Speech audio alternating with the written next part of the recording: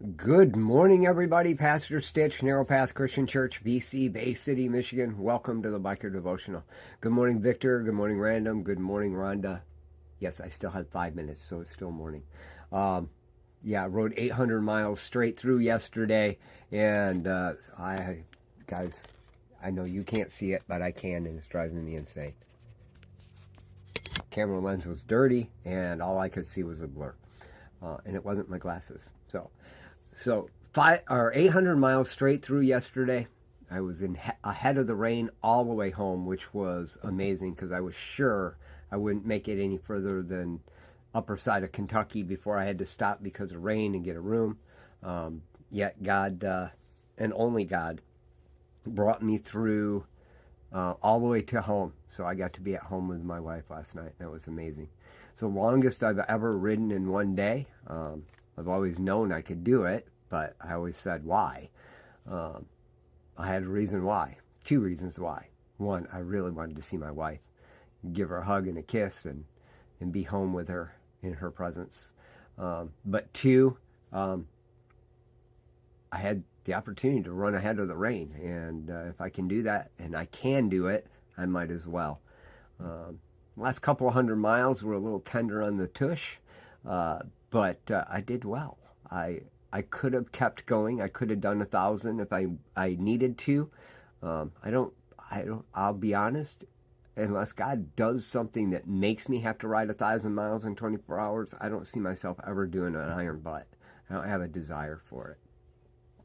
Today is May 6th, 2024. We are going to look at Proverbs chapter 6, and we're going to look at the first section of it.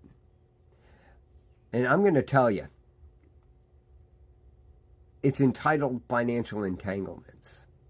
And Solomon is definitely talking about getting indebted with a loan, with co-signing debt for someone else in the recovery world where I operate the majority of the time. When people come to me and they're telling me a story, I know from experience, my own personal experience, and enough experience with many other people, that I can tell they're BSing. And I have this thing that I say. I tell them, the Bible says that I'm not supposed to co-sign. So I'm not co-signing your BS. I say the words. Yeah, I know they're coarse language. Oh, you shouldn't talk that way. I'm not talking coarse language to that person. I'm talking to that person in the language they know. I can be more effective that way. I always bring it back around and clean it back up. But the purpose is doing the best good as possible. And I'll tell them I won't co-sign their BS. And then we'll have a conversation about what's really going on. But today, as I was reading this, God really jammed something home to me about who we should be as Christians. I'm really into this place where God is pressing me about what's next. And not next for me, just me. He's talking to me about that too, but that's between me and him and my wife. But also what's next within the Christian community, the brotherhood of Christianity. Pastor Joker here, Kevin Brusma, Rhonda, Chris, Random, and the rest. I know Victor's on here too, right? All of you that are watching, I want you to know I appreciate y'all. But you got to call. We are to go and be evangelists, going out and telling the world about what's going on. But here's the thing. If you choose to accept the mission, then you have taken on that debt. And you need to do something about it, because it'll destroy you if you don't do something about it. Let me read you Proverbs chapter 6, verses 1 through 5 with that in mind. My son, if you have put up security for your neighbor or entered into an agreement with a stranger, you have been trapped by the words of your lips, ensnared by the words of your mouth. Do this then, my son, and free yourself for you have put yourself in your neighbor's power. Go humble yourself and plead with your neighbor. Don't give sleep to your eyes or slumber to your eyelids. Escape like a gazelle from a hunter or a bird from a fowler's trap. Guys, you got to know, when you accept the call, when you accept that message that's about to self-destruct, which this one can't, it's lasted a really long time. And it can't return void either, by the way.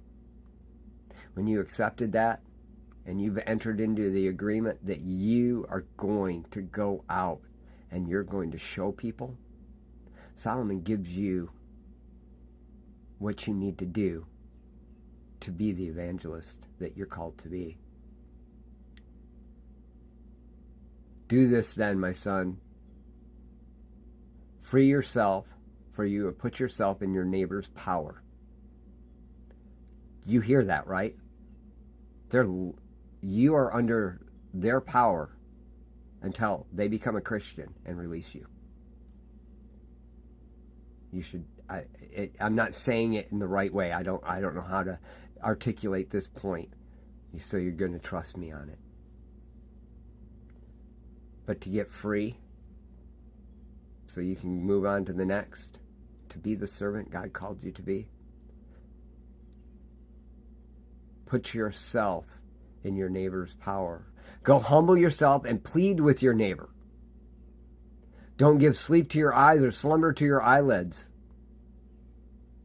Escape like a gazelle from a hunter, like a bird from a fowler's trap. Debt, real physical debt, financial debt is bad. You're trapped by it. It is true. But this is a debt that you need to have just as much passion about getting free from. And the difference between that debt and this debt, that debt creates an opportunity for you not to be beholden to somebody. The debt I'm talking about, evangelizing, to get somebody to the point where they understand that they need to live in the brotherhood too and become disciple makers, become harvesters in the field, is you're no longer in debt to them. You are partners with them. Go out and do your job today. I don't know how to say it any other way. Guys, I love y'all. Hope you have a great day. God bless.